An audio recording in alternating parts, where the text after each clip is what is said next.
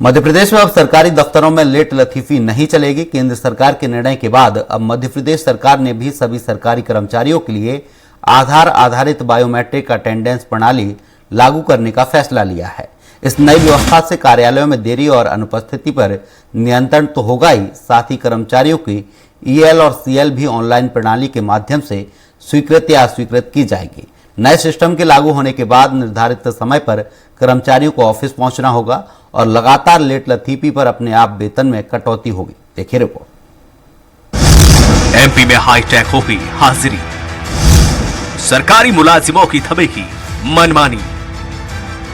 जी हां, मध्य प्रदेश सरकार मनमानी करने और देर से ऑफिस पहुंचने वाले अधिकारियों कर्मचारियों पर नकेल कसने जा रही है। दरअसल सरकारी मुलाजिमों की लगातार मिल रही शिकायतों के मद्देनजर राज्य सरकार ने कर्मचारियों के लिए नई व्यवस्था लागू करने का फैसला किया है, जिसके तहत अब प्रदेश के सभी सरकारी दफ्तर और शैक्षणिक संस्थानों में आधार कार्ड के जरिए बायोमेट्रिक अटेंडेंस लगेगी। इसे आधार एनेबल्ड बायोमेट्रिक अटेंडेंस सिस्टम नाम दिया गया है। इस प्रणाली की स्थापना के लिए राज्य इलेक्ट्रॉनिक्स विकास निगम तकनीकी मार्गदर्शन देगा। वहीं आधार आधारित बायोमेट्रिक अटेंडेंस सिस्टम शुरू होने के बाद कर्मचारियों को निर्धारित समय पर ऑफिस में पहुंचना होगा।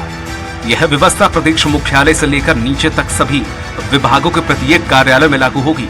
इस संबंध में राज्य के विज्ञान एवं प्रौद्योगिकी विभाग ने अधिसूचना भी जारी की है, जिसमें स्पष्ट कहा गया है कि वल्लभ भवन, सतपुड़ा भवन, विद्यांचल भवन सहित सभी संभागीय और जिला कार्यालयों के सरकारी दफ्तरों में बायोमेट्रिक मशीनें लगाई जाएगी। ऑफिस पहुंचने और ऑफिस छोड़ने पर कर्मचारियों को इन बायोमेट्रिक मशीनों के जरिए ही हाजिरी लगानी होगी।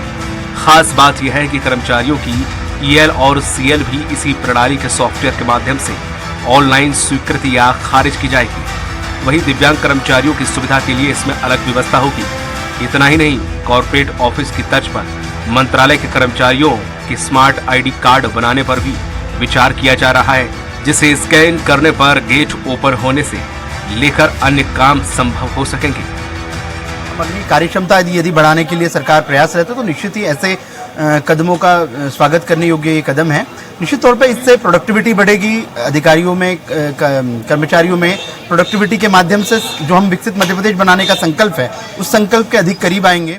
तो ये बायोमेट्रिक लगाना जो है कोई आपके लिए सर्टिफिकेट नहीं है, ये आपका इस बात का सर्टिफिकेट है कि आपने राज्य को इस बदतर हालत में ला दिया है कि कोई कर्मचारी समय पे अपने दफ्तर नहीं पहुंचता है।